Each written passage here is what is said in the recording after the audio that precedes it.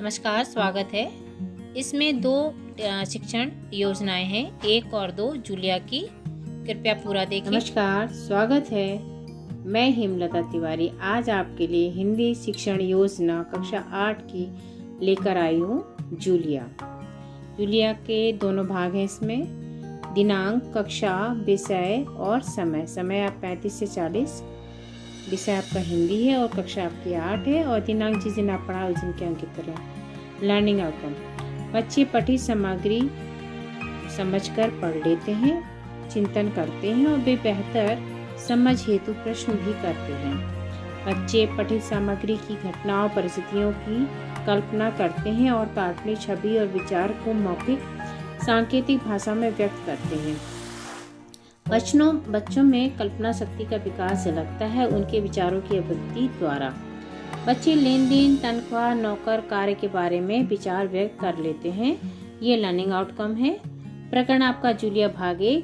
सहायक सामग्री, श्याम पट, चौक, कुछ नौकर और मालिक के चित्र, दीक्षा ऐप पर उपलब्ध सामग्री।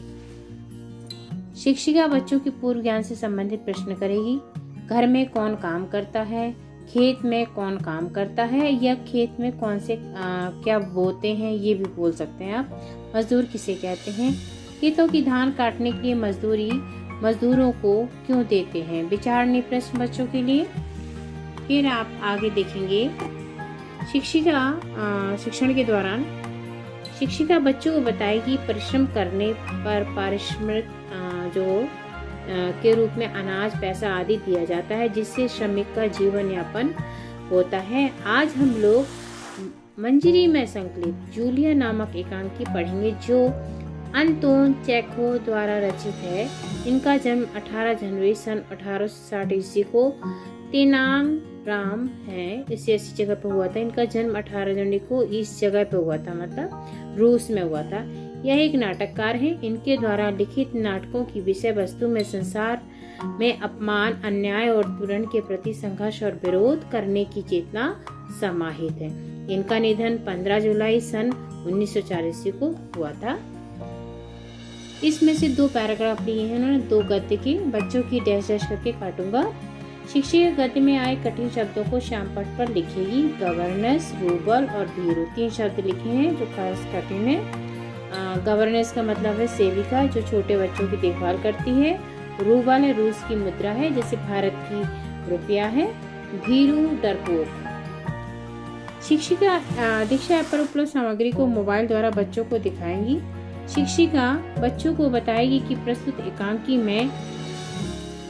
एकांकी जूलिया नाम की एक सेविका है, जो एक घर में सेविका के रूप में कार्य करती, जिसे महीने के अंत में तनख्वाह के रूप में 30 रूबल महीना मिलता है, जिसमें यदि कोई नागा करती है तो उसके भी पैसे कट जाते हैं। यदि उसे घर का कोई सामान टूट जाता है तब भी उससे पैसे कट जाते हैं। जब वह इतवार को छुट्टी लेती है तब भी उसके पैसे कटते हैं। यदि मालिक के बच्चों को घुमाने ले गई तब भी उसके पैसे कटते हैं।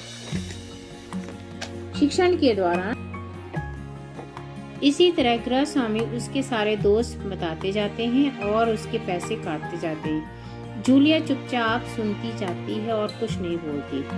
उसकी सारी तनख्वाह उसकी गलतियां बताकर गिनाकर खत्म हो जाती हैं, पर जूलिया कुछ नहीं बोलती। फिर गृह स्वामी उत्तेजित होकर कहते हैं कि तुम्हारे सारे पैसे हमने काट लिए, तुम कुछ नहीं बोलती, क्यों सहन किया? हम तो मजाक कर रहे थे। हम तुम्हारे 80 रूबल पूरे देंगे, पर मैं एक बात कहना चाहूँगा, अच्छा कहलाने के लिए इतना दब्बू और भीरू नहीं बनना चाहिए। हो रहे अन्याय का डटकर विरोध करना चाहिए, खामोश रहकर सहना नहीं चाहिए ज्यादतियाँ। हम सिर्फ तुम्हें सबक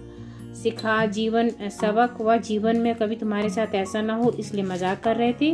तुम्हें इस कठोर, क्रूर, निर्मम और हृदयहीन संसार से लड़ना होगा। याद रखो जूलिया, इस संसार में दब्बू और ऋण रहित लोगों के लिए कोई स्थान नहीं है। शिक्षण के बाद शिक्षिका बच्चों को एकांकी में आए पर्याय विपरीत शब्द छांटने को कहेगी।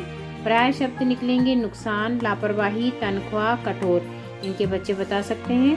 विपरीत शब्द में कठोर, क्रूर, निर्मम, हृदयहीन और अन्याय।